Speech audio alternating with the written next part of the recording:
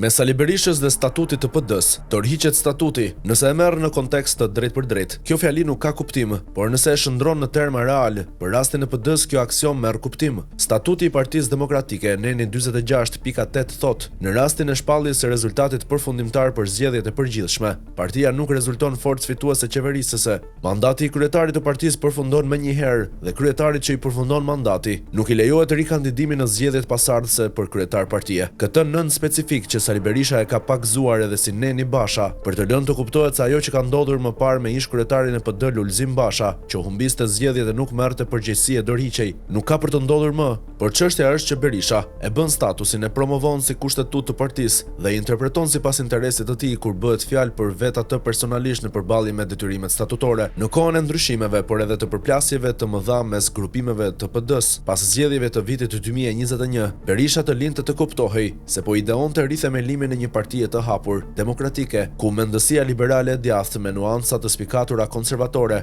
do të dominonte çdo vendimarrje mbi bazën e statutit të ri. Koha e vuri në sprov Berishën me dështimin e dytë të tij në zgjedhjet e 11 majit, pas humbjes në zgjedhjet lokale, për të cilat tha se nuk mund të dorëhiqej pasi statuti parashikon përgjegjësi me dorëheqje vetëm në rast humbjeje në zgjedhjet parlamentare, erdhi ballafaqimi elektoral i radhës. Berisha tani kishte edhe Vulën dhe Selin, madje arriti të gruponte rreth vetes të gjithë partinë, përfshirë dhe grupimin kundër, që nuk kishte lënë kusur pa thënë për të dhe ai për ta. Zgjedhjet ndodhen, PD humbi sërish se kundër ishin të gjitha indikacionet dhe paralajmëronin të gjitha sondazhet, por Berisha mbeti përsëri aty si kryetari pa kallur. Alibia ishte gati që të nesërmen në 11 majit. Zgjedhjet u vodhën, madje Berisha braktisi Selin e PD para se të niste procesi i numërimit. Sinjalet nga terreni ishin dramatike. Humbja masive në të gjithë Shqipërinë. Çështja ishte se duhej të justifikonte humbjen për të mos dhënë dhe dorëheqjen. U lëshua direktiva. Zgjedhjet u vodhën dhe u manipuluan. Zgjedhjet nuk do të njihen, pra automatikisht nuk do të kishte as dorëheqje të Berishës si kryetar, sikurse parashikon në mënyrë taksative statuti i ri i PD. Askush nuk flet sot në shqup për këtë.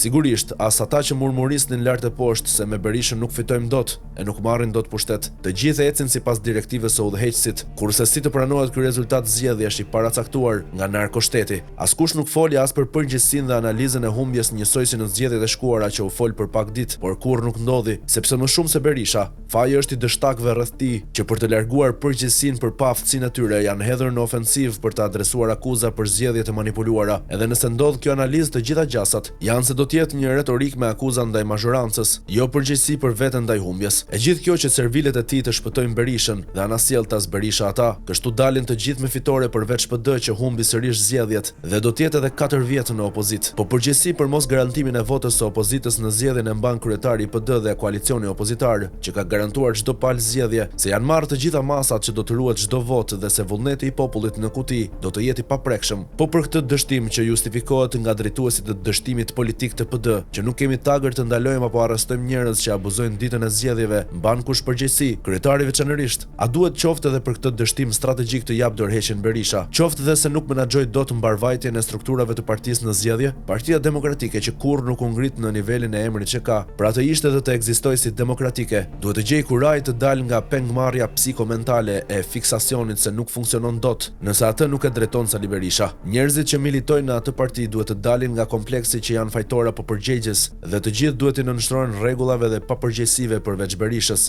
Ndaj përtej asaj që thot statuti, gjithçka në atë parti është formale, është e pavërtet, është e pasinqertë dhe përrrjedhoi, prodhon edhe një absurd që të gjithë e dinë kush është problemi, ku qëndron problemi dhe madje si zgjidhet problemi. Por në fund fajin e ka Edi Rama që u vjedh zgjedhjet. Kështu kalojnë vite duke thënë se jemi fitues pavarësisht se certifikohen si humbës dhe betejë me mullin të erës në emër të misionit madhor për të rikthyer demokracinë vazhdon. Sa më gjatë në politik të vazhdoj Sali Berisha, aq më të vështirë duket se do ta ketë jetën në pushtet Edi Rama. Ky i fundit e di se çfarë po heq nga që opozita e Berishës dhe njerëzve të tij ja kanë futur Ramës këmbët në njërin këpuc dhe ai nuk di se si do ja bëjë dhe 4 vjet që e çojnë në plot 16 vjet pushtet. Rama Berisha një dyshe ëndrash në politikën shqiptare që sodisin popullin në dritare, pushteti, kjo drogë e pashtershme.